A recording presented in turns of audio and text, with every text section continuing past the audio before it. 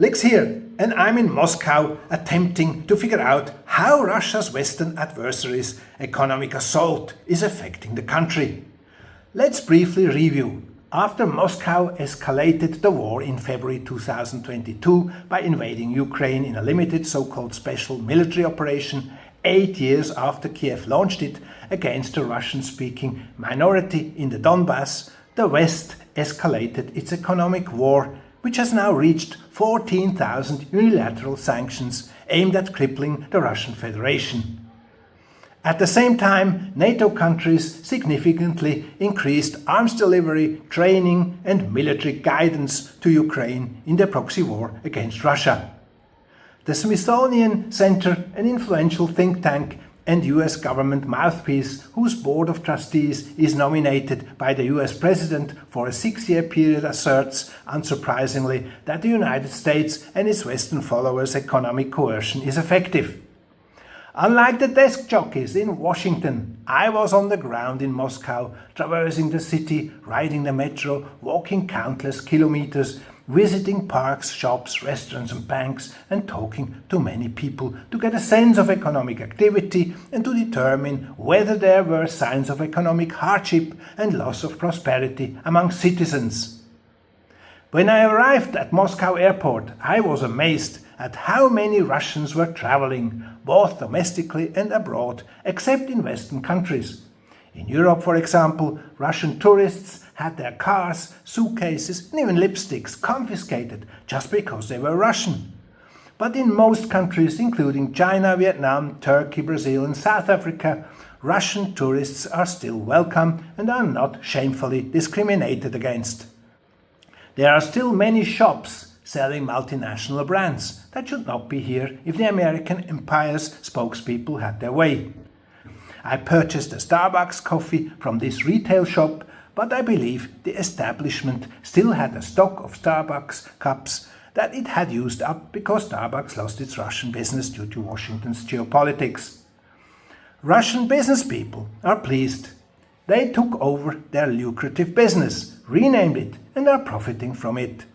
Many other busy, stylish cafes and shops have sprung up, similar to the ones mentioned.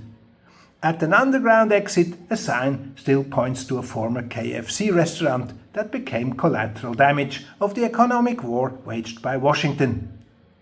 In contrast to the Western doomsayers and wishful thinkers, a dispassionate, non-ideological economics professor from the University of Texas has conducted a sober analysis of the effects of economic warfare and has come to conclusions that should shake Russia's enemies.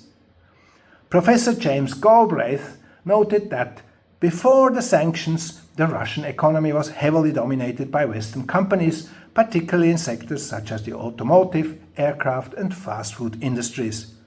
The withdrawal of these companies, whether under pressure or voluntarily, led to a transfer of formerly Western assets into Russian ownership, Galbraith explained. Low raw material costs have, contrary to predictions, fueled the development of the Russian economy without the involvement of Western firms. Galbraith pointed out, the sanctions have inadvertently created market opportunities for capable Russian companies in an area that was previously dominated by Western companies.